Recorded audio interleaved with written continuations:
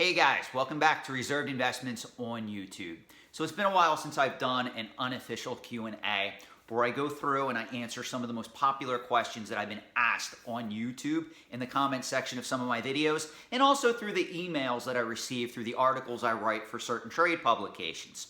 Well, I wanted to take the time to do this now because I have been asked several questions over and over again that I think I should at least provide an answer.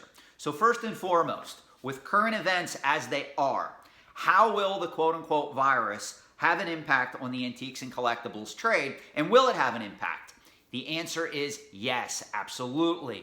No market exists in a vacuum. The antiques and collectibles trade is not immune to any type of changes in the overall economy or the financial markets, good or bad.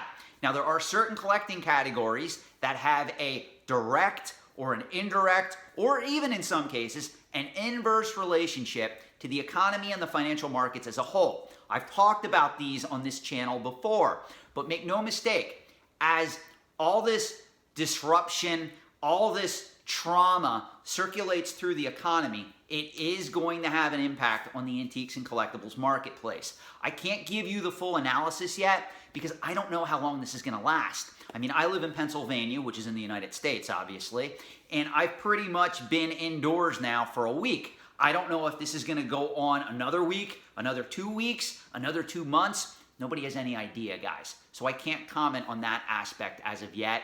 Rest assured, when I have an idea as to when this is going to end, what the fallout's going to be, I will gladly do an updated video on this particular topic. The second way this is going to affect and is affecting the antiques and collectibles trade is the cancellation of a lot of conventions, antique fairs, mom and pop shops, auctions. All of that stuff is now put on hold because pretty much everybody is self-isolating and nobody's really spending money other than if they're buying stuff online or what we call essential items, meaning personal care items, food, items of that nature. This is very, very impactful to the trade overall because we are in March of the year 2020. Now, March means that we're going into the spring and summer months. That's when we pretty much interact with other collectors at Comic Cons, coin conventions, even auctions. I love seeing people at auctions in spring and summer months. Well, a lot of these events are being canceled, if not postponed. That is something that is going to have an impact on the trade overall. You know, right now, Heritage, Certified Link, Comic Link, Hakes, a lot of these online auction sites really have the advantage. The downside to that is, though, a lot of those auction sites, their employees are working from home. So it's going to be interesting to see how many auctions and conventions are postponed over the next couple of months. I think it's going to be very drastic, and I really think this particular convention season is going to suffer as a result of it. We'll have to see what happens next year, because next year, if there is a quote-unquote virus season, meaning a coronavirus season, we may see similar events be canceled next year as well. It's just the question of when and how this plays out. I don't have all those answers yet.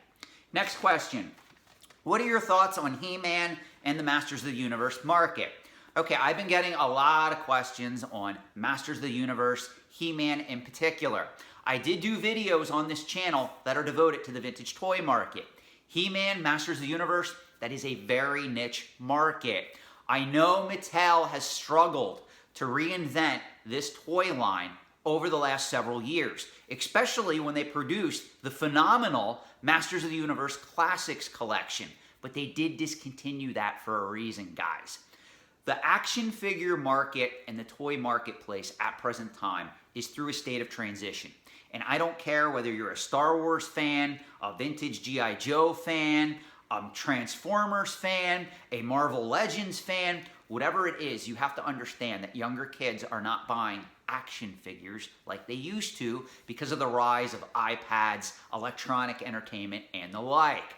The market for this stuff is going to be limited going forward. Make no mistake. The vintage stuff, like He-Man, Masters of the Universe, G.I. Joe, all that stuff appeals to people my age, 40, 43, 33, even all the way up to 53, because they probably had it as a kid. However, that market is very thin. Be careful if you are investing in this stuff for the long term. The easy money's already been made.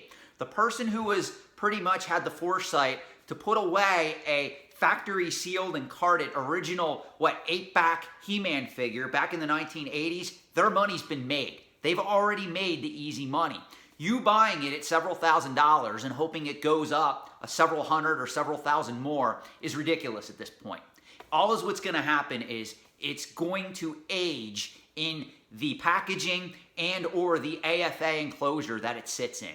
That's the problem with investing in a lot of this stuff. They're very fragile items that were not meant to remain factory sealed for the long term.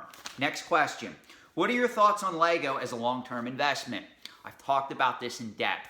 Vintage Lego sets from the 1980s, even the early 1990s, are not good long-term investments because a lot of those themes and a lot of those sets appeal to people my age, maybe a little older, maybe a little younger.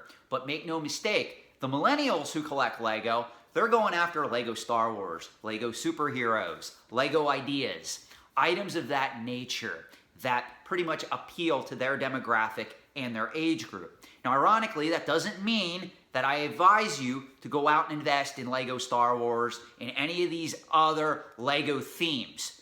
Those particular products are pretty much overproduced, and there's a lot of speculators in that market that are hoarding those sets factory sealed, which means 5, 10, 15, 20 years from now, there's going to be a lot of those items sitting already factory sealed to the point where if we look back at the 80s sets, if somebody has like a Yellow King's Castle from the 1980s factory sealed, that's pretty much a rare find because nobody would have ever thought of keeping something like that back in the 1980s factory sealed. Well, today, everybody is saving factory sealed Lego sets en masse. There is a massive speculative bubble that is just starting to cool off in that market because a lot of collectors had the foresight back in 2004, 2005, 2006, even all the way up to 2010 to put away factory sealed vintage Lego Star Wars sets, and they're now selling them for a premium. Well, that market is being impacted with re-releases that the Lego group is putting out, whether they're re-releases in the Lego Star Wars theme, in the superheroes theme, or even some of the incredible Lego idea sets that are coming out at present time. Lego is not a long-term investable product. It is a short-term speculative flip, or if you go to a yard sale, you go to a flea market, you come across a seller that has some vintage Lego, doesn't know what they have, you can buy it, flip it on eBay, flip it on Bricklink, and you can make some money. But it is not meant for long-term investments overall. Next question. Why are you so quick to criticize collectors who have a lot of passion? I am not quick to criticize collectors who have a lot of passion.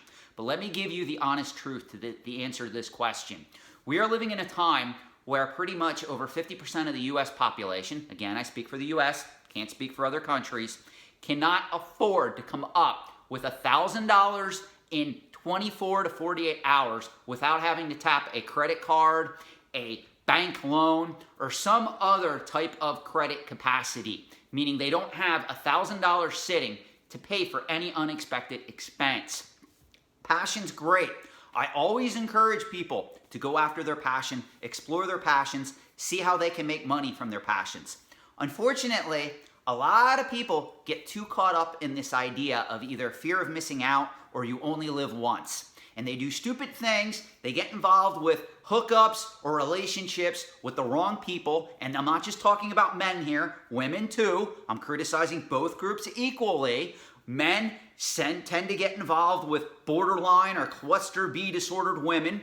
Women tend to get involved with narcissistic and cluster B disordered men.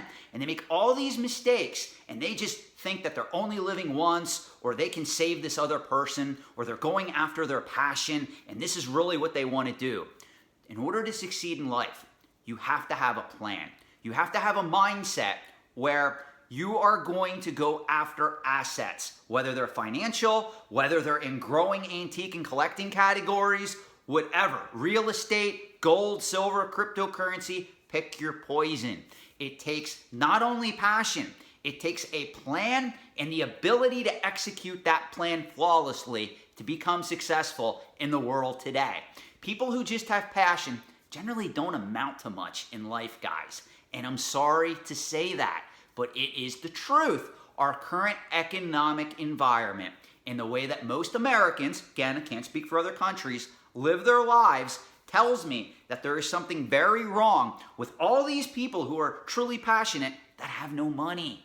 So yes, I'm passionate about antiques and collectibles, no doubt, but I put a plan in place so that I could live my life with that passion in my life to the point where it wouldn't bankrupt me. I'm also very careful who I get involved with romantically and even in business. That's something that is very hard to teach the average guy out there. And yes, I am picking on men there because men tend to go after women just by looks. And that is a major mistake in my opinion. More on that in an upcoming video. Next question. Why are collectors, investors, and speculators so divided about you? You sure have your fair share of both fans and critics alike. Well, it's no secret. I'm doing YouTube videos where I'm looking at the trade from the perspective of economics, finance, investing, and I'm also telling the average person out there that investing in the trade isn't as easy as people make it out to be, and speculators overall lose money. That obviously makes me a target for a lot of these people who are either on the side of manipulating the trade for their own gain or are completely uneducated in a lot of the stuff that I teach in this channel. I've said this before. The people who are successful in the antiques and collectibles trade are most likely, on average, 9 chances out of 10, already successful in other aspects of their financial life. If you do not have the ability to make money in any other industry, or you don't understand how financial markets work, you don't understand how economics work, and you come to me and you tell me you want to be successful in the antiques and collectibles trade with an investment perspective in mind, I'm going to tell you, you are going to struggle and most likely you are going to lose a lot more than what you are going to make overall in any market. That is true for finance, that is true for economics, and that is doubly true, if doubly is a word, in the antiques and collectibles trade. Next question. Do classic cars also go through similar speculative bubbles as other collectibles?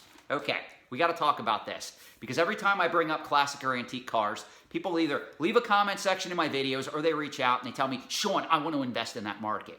No, you do not. Unless if you have a net worth of $10 million or more, you do not want to invest in the money pit market known as classic or antique car investing. This also goes true for vintage motorcycle investing. That market is best left to the experts, the people who own their own mechanic shop, the people who are very versed on working with cars. Those people can get it to work. There's a lot of people that merge their passion and their business together. Nothing wrong with that, as long as you have a well thought out plan and the money and financial capacity to do so.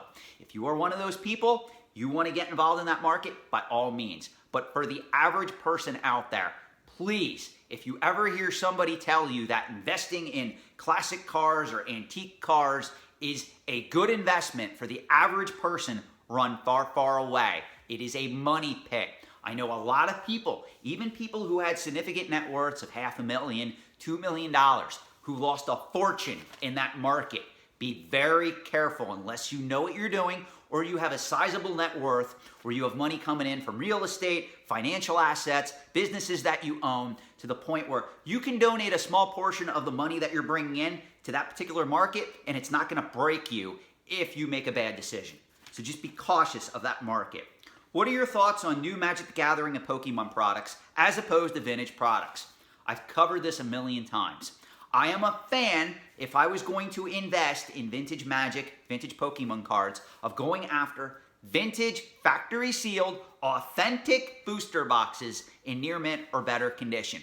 I am not a fan of all this speculation and mass euphoria,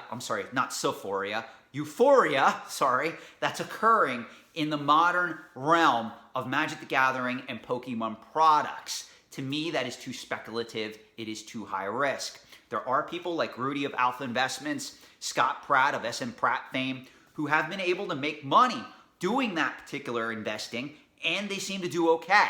Does that mean that I would recommend it for the average person? No, because you have to specialize in that market, and pretty much in order to put a dent in that market in today's day and age, You literally would at least need 6 figures, in my opinion, to do any type of business that would have any meaning in that particular marketplace.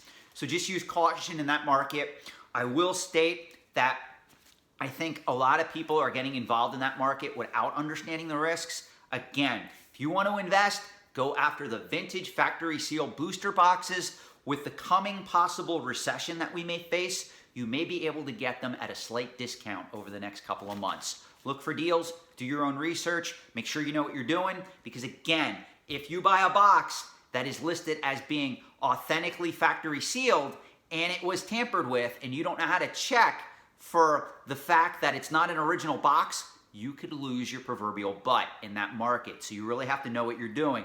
My advice is usually to buy off of trusted sellers, whether you want to buy from Rudy, SM Pratt, Vintage Magic. I've done business with Vintage Magic before, Daniel Chang. Great guy in my opinion, just my statement.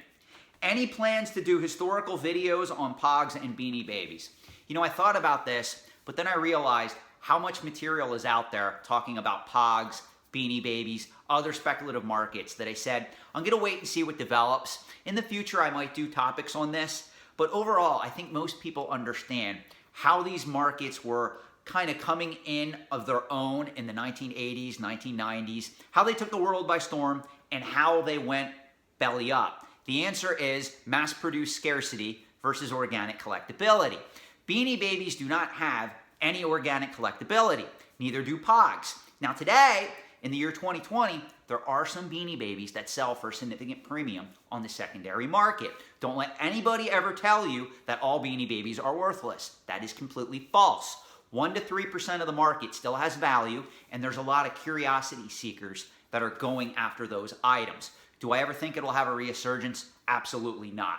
The market was so overproduced, so over-speculated, that even today, the amount of BB Babies out there at any yard sale or garage sale at any given time, it's just massive. Just stay away from that stuff overall, in my opinion. Next question. What are your thoughts on digital collectibles for long-term investment, i.e. World of Warcraft, digital downloads, and in-game items? I hate this market. If you are investing long-term, stay out of this particular market. Now, if you're a speculator that's selling to the Timmies out there that are playing World of Warcraft, who will pay a premium for some of these items, keep doing what you're doing. No loss there. But if you are trying to invest in these items for the long term, it is very difficult because at any given time, Activision, Blizzard, whoever owns these servers can easily shut them down or change the rules of the game to the point where you lose everything. I would never, ever invest in any type of digital asset. And what I mean by that, a couple of years back, the Silent Hill game that was canceled, Silent Hills, on the PlayStation 4, if you remember that demo, people are paying a fortune to get a system with that game or that demo downloaded on it. I think that's completely stupid. I actually had that particular demo downloaded in one of my PlayStation 4s, and I sold it for a premium on eBay. And I said to the person, you are insane for investing in this particular item. If anything happens to that system, you are going to lose this digital download. And I don't think that people realize how fragile a lot of these digital items are. And it's not something, if it's not tangible, I'll be very honest, I don't want it. I don't even like cryptocurrency. We could do a whole other video on that, guys, but I am not a fan of cryptocurrency. Now, that pretty much brings me to the end of this video. I hope you enjoyed watching. Please leave me your comments below. If you want me to answer any other questions, I am going to have an official Q&A when this channel hits 1,500 subscribers. So just keep it right here. New content is coming. Please, guys, stay safe out there. I know it's a crazy time right now. It'll all die down and change soon, hopefully. Stay safe, be well. Thank you.